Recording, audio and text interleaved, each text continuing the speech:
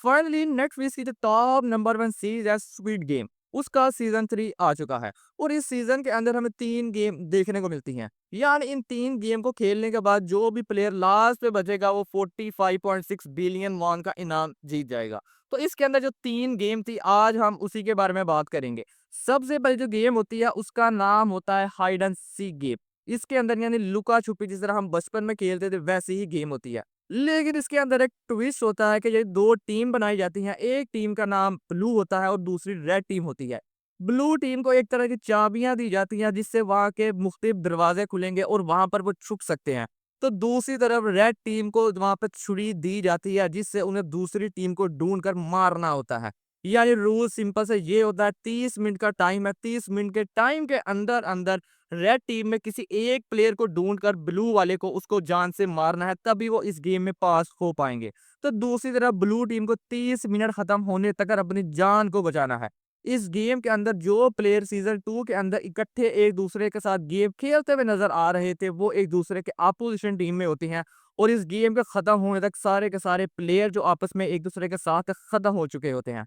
हत्ता कि यहाँ पर एक और चीज़ देखने को मिलती है जहाँ पर प्लेयर नंबर 149 और प्लेयर नंबर 007 जो रियल लाइफ में माँ और बेटा होते हैं वहाँ पर प्लेयर नंबर 149 को प्लेयर नंबर 222 और उसका जो बच्चा आता है उसकी जान बचाने के लिए अपने ही बेटे की जान लेना पड़ जाती है। और इस गेम के खत्म होने के बाद 35 प्लेयर एलिमिनेट हो चुके होते हैं। पीछे सिर्फ 25 प्लेयर ही बचते हैं। लेकिन प्लेयर नंबर 149 भी अपनी जान खुद ही अपने हाथों से ले लेती है। तो इस गेम के बाद जब 24 प्लेयर ही पीछे बच जाते हैं। नेक्स्ट राउंड के अंदर एक ऐसी गेम खेली जाती है जो हम बचपन में ऑलरेडी खेल चुके हैं यानी रस्सा कूदने वाली गेम। लेकिन इसके अंदर ट्विस्ट ये डाला जाता है कि एक पुल होता है, उस पुल से गुजर कर जाना है रस्से को कूदते हुए दूसरी साइड के ऊपर।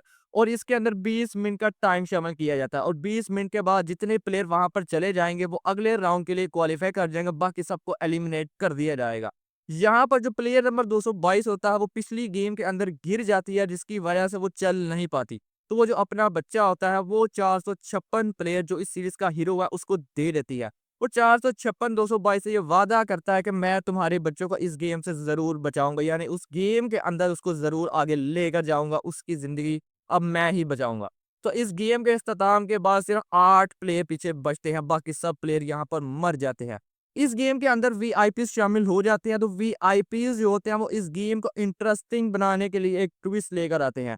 जैसा कि प्लेयर नंबर 222 मर जाती है इस गेम के अंदर तो उसके बच्चे को 222 डिक्लेयर कर देते हैं प्लेयर के तौर के ऊपर और दोबारा उस बच्चे को इस गेम में लाया जाता है जिसकी वजह से काफी लड़ाई भी देखने को मिलती है इस एपिसोड के अंदर। लेकिन जैसा कि रूल इन्हीं के चलने थे तो वो रूल उनको मानना पड़ते हैं।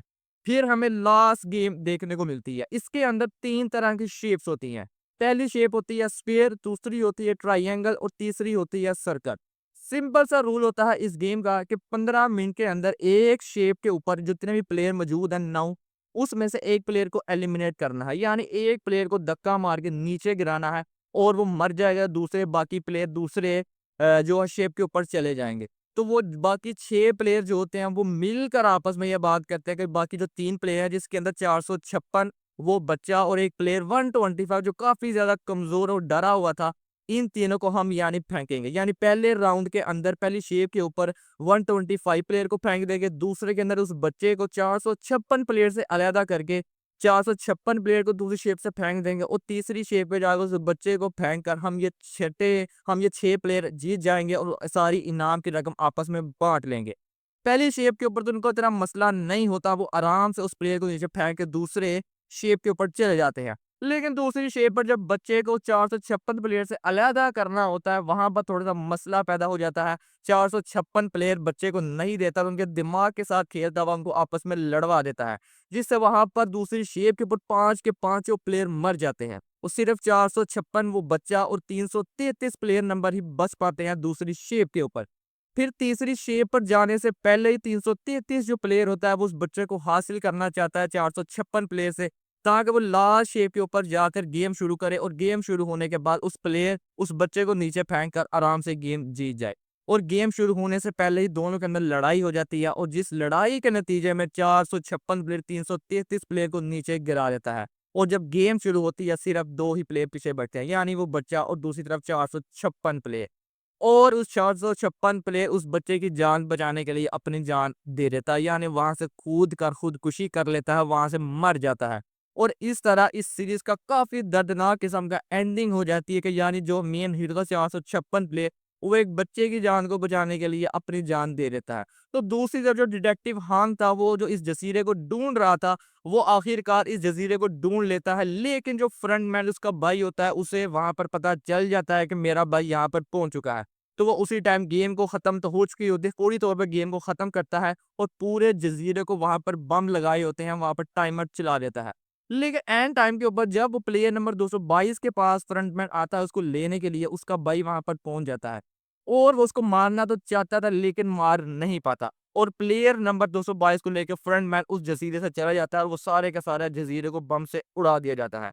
और लास्ट में हमें चीज़ देखने को मिलती है कि जो फ्रंट मैन होता है वो अपने भाई के घर उस प्लेयर नंबर 222 बच्चे को भेज देता है, साथ में सारी इनामी रकम भी 45.6 बिलियन वॉन भी उसको दे देता है। तो दूसरी तरफ जो 456 प्लेयर ने जितनी रकम जीती थी सीज़न 1 के अंदर है, वो सारी रकम उसकी बेटी जो यूनाइटेड स्टेट अमेरिका के अंदर रह रही होती है, उसको दे दी जाती है। इस तरह इस जो टॉप रेटिंग सीरीज़ थी नेटफ्लिक्स की, उसकी एंडिंग कर दी जाती है। क्या आपने अब तक ये सीरीज़ देख ली है? अगर नहीं देखी तो अभी जाकर आप इस सीरीज़ को देख सकते हैं। कमेंट बॉक्स के अंदर अपनी राय का इज़हार ज़रूर कीजिएगा, आपको ये सीरीज़ कैसे लगी? मिलते हैं आपसे नेक्स्ट वीडियो में।